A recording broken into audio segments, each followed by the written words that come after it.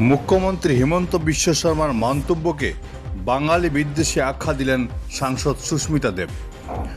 জনগণনায় বাংলাকে মাতৃভাষা হিসেবে লিখলে বাংলাদেশি শনাক্ত সহজ হবে। মুখ্যমন্ত্রী হিমন্ত বিশ্ব শর্মার এই মন্তব্যকে বাঙালি বিদ্বেষী আখ্যা দিয়ে সরব হলেন রাজ্যসভার সদস্য সুস্মিতা দেব। মুখ্যমন্ত্রী হিমন্ত বিশ্ব শর্মার এমন মন্তব্যের কড়া সমালোচনা করে তাকে ক্ষমা চাওয়ার দাবি জানিয়েছেন সাংসদ সুস্মিতা দেব। মুখ্যমন্ত্রীর এমন মন্তব্যকে অসাংবিধানিক এবং সাম্প্রদায়িক বলে আখ্যা দেন সুস্মিতা। মুখ্যমন্ত্রী পরোক্ষে বাংলাভাষী সংখ্যালঘুদের হুমকি দিয়েছেন বলে সুস্মিতা অভিযোগ করেন। বিউরি রিপোর্ট, বরাক বিশন।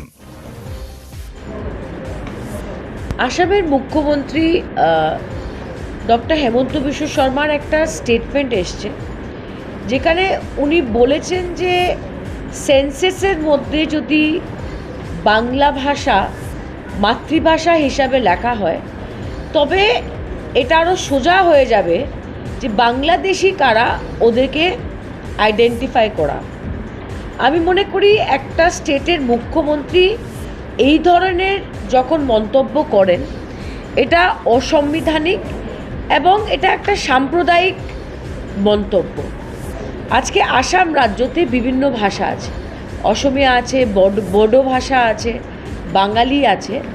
আজকে যদি কেউ কারুর ভাষাকে অপমান করে সেটার পক্ষে আমি একদমই নয়।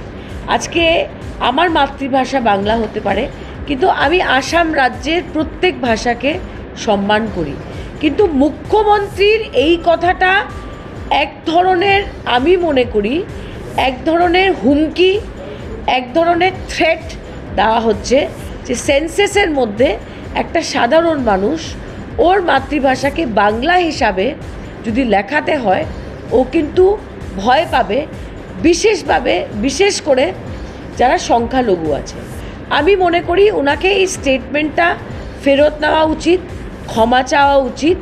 কারণ আমাদের দেশের বিভিন্ন রাজ্যতে বিভিন্ন ভাষার মানুষ থাকে।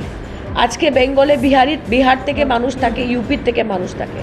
আজকে বাঙালিরা উত্তরাখণ্ডে আছে, আজকে বাঙালিরা নাগাল্যান্ডে আছে, আজকে বাঙালিরা ইউপিতে আছে।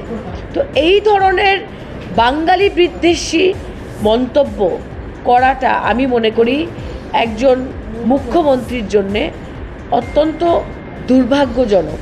ওনাকে এই স্টেটমেন্টটা ফিরিয়ে নেওয়া উচিত। আর সবাই সবার মাতৃভাষাকে সম্মান করে আমি মনে করি আসামে আমাদের বসবাস করা উচিত।